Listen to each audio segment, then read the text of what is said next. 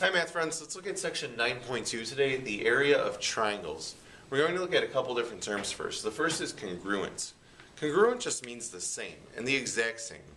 So think about when you buy like a pack of pop at the store. Each Coke can is congruent to the other ones. They're the same size, same shape, same everything. Think about your video game systems though. If you have an Xbox 360 and a PS3, they're not the same things, they're not congruent. Or even if you have the old model of Xbox, it's not the same, it's not congruent to the new model. They're a little bit different.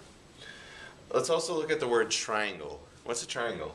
Well, I think you all know what that is already. It's a polygon with three sides. So let's make sure we write that down. We're going to look at the area of a triangle now using a grid. We're just going to count these square units inside here to start. So if I want to get the area of this triangle here, this green triangle, let's count how many total square units there are. There's 1, 2, 3, and then we have some that aren't full squares. So we're kind of going to guess at what these need to be. This one we can combine here, so that's almost another whole one. And this one looks like it might be kind of a whole, maybe close. So I'm going to guess this is about 4.8. It looks like it might be close to 5. So I'm just guessing 4.8. Let's look at a shape of a rectangle now. And let's see if we can get a good example of how we can find an exact area of a triangle. The area of this rectangle, we just count these squares. Well, 1, 2, 3, 4, 5, 6, 7, 8, 9. There's 9. So the area of the rectangle is 3 times 3, which is 9.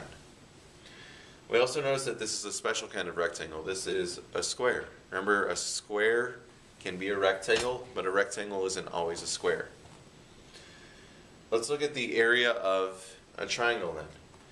What can we do with this to make it into a triangle? Well, just cut it right in half. If you cut this area in half, what's half of the area?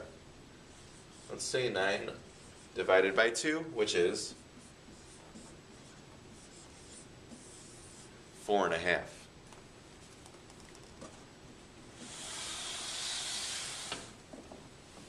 Let's look at how we actually found that now.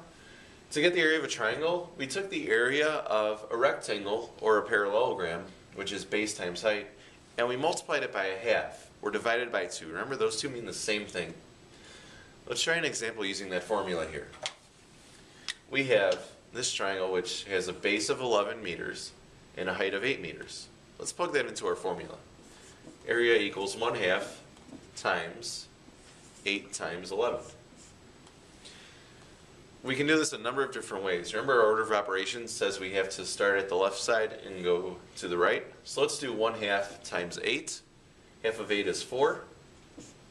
4 times 11 is 44.